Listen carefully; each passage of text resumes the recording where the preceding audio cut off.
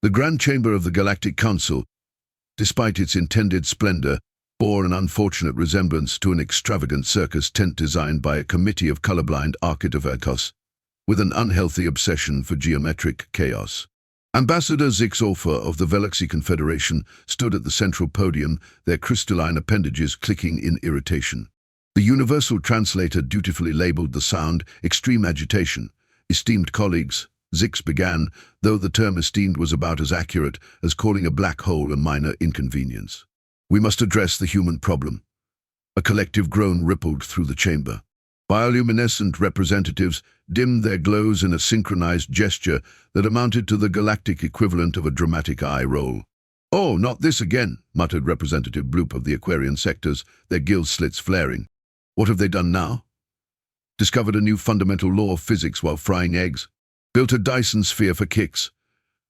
Ambassador Zix's crystalline structure flushed a deep burgundy, a clear sign of embarrassment among their kind. Worse, they're ignoring us.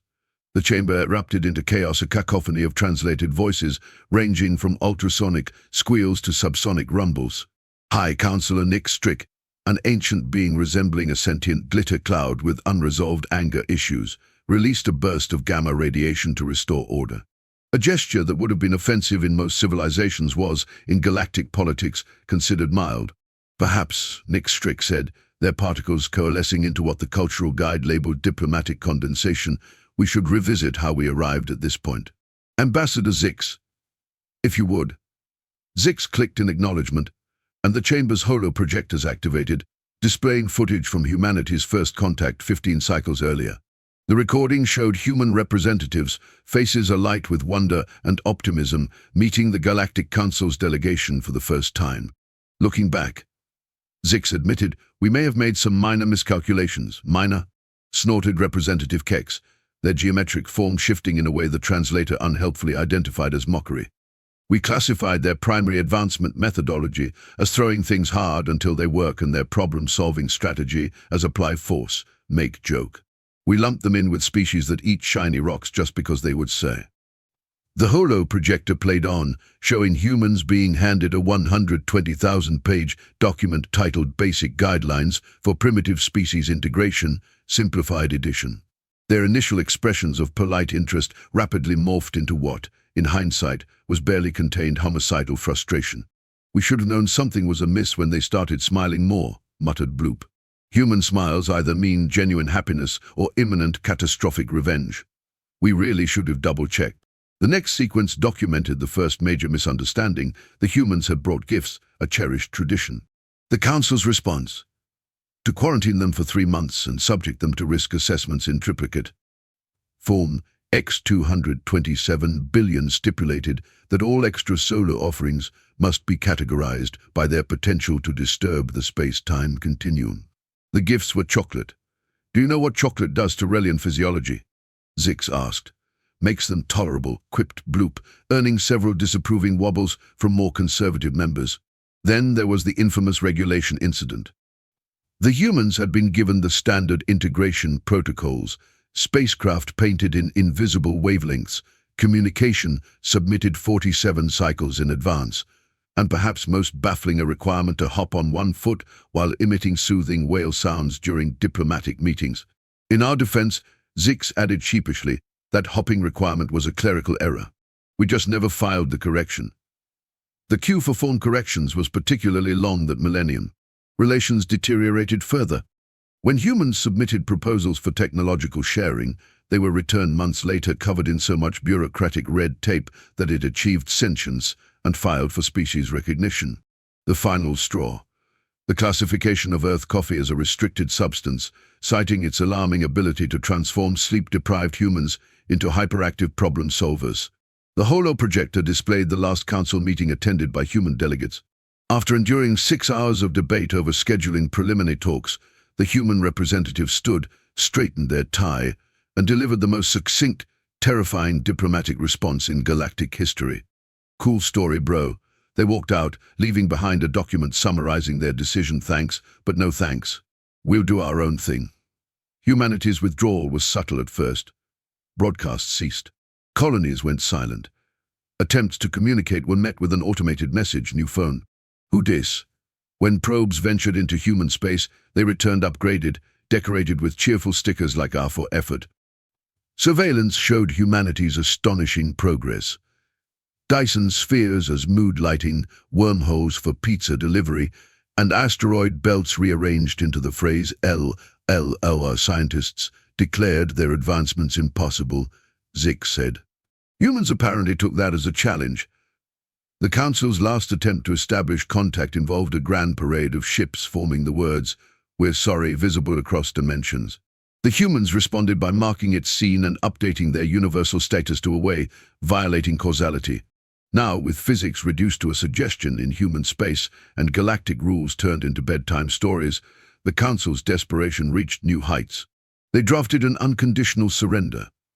Humanity's reply arrived 3 days later, a receipt reading "Message received during temporal maintenance. Response time between yesterday and never." The postscript read, "Thanks for the entertainment. We haven't laughed this hard since teaching quantum uncertainty." Sarcasm. "Maybe we'll drop by for coffee sometime. PPS, we're keeping the paperwork." It started a support group for reformed bureaucracies. As the Council dissolved into chaos, Zix received a final note written on condensed space-time. "Don't worry too much. We're not mad, we're amused. By the way, we fixed the thing you broke in the galactic core. You're welcome. PS. If you need us, don't call. We'll call you."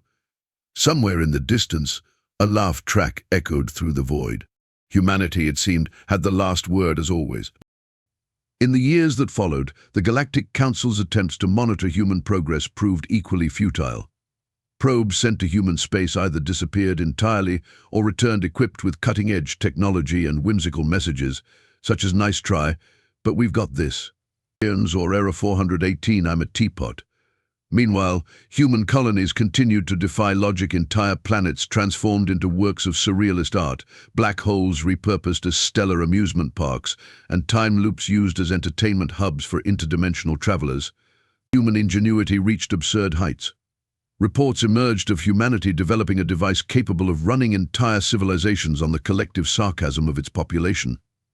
Entire galaxies were spotted sporting planetary-scale graffiti, spelling phrases like "catch us if you can," or "quantum mechanics," or like "quantum suggestions." The Council's Scientific Advisory Board declared this impossible, of course. Humanity's response was to host a galaxy-wide live demonstration. Within seconds, they reshaped a nearby nebula into a smiley face, complete with twinkling stars for eyes, before dismantling it with a playful wave of their dimensional fields. "At least they still have a sense of humor," Bloop remarked during an emergency session. "That's what worries me," Kex replied. Amidst the chaos, a single hopeful message arrived from Human Space Coffee's on. "Swing by any time. Just don't forget the donuts." The Galactic Council's resignation to humanity's inexplicable dominance eventually turned into reluctant admiration. Reports indicated that humans had developed a way to stabilize supernovas by simply asking them nicely, and that their children's science fairs routinely produced technology that rivaled the Council's most advanced systems. Galactic ambassadors began approaching human coffee shops scattered throughout the cosmos with both trepidation and curiosity.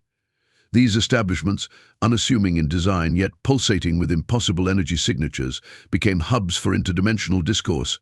Over steaming cups of coffee, species once divided by millennia of mistrust found common ground. Even the notoriously grumpy Andromedans cracked a smile, an event scientists initially mistook for a new form of starburst. It became apparent that humanity's ascension wasn't fueled by malice or conquest, but by an inherent knack for irreverence and an almost pathological refusal to take the universe too seriously. When a galactic historian dared to ask a human barista how their species had achieved such unprecedented progress, the response was as baffling as it was fitting: "We're just here for the vibes."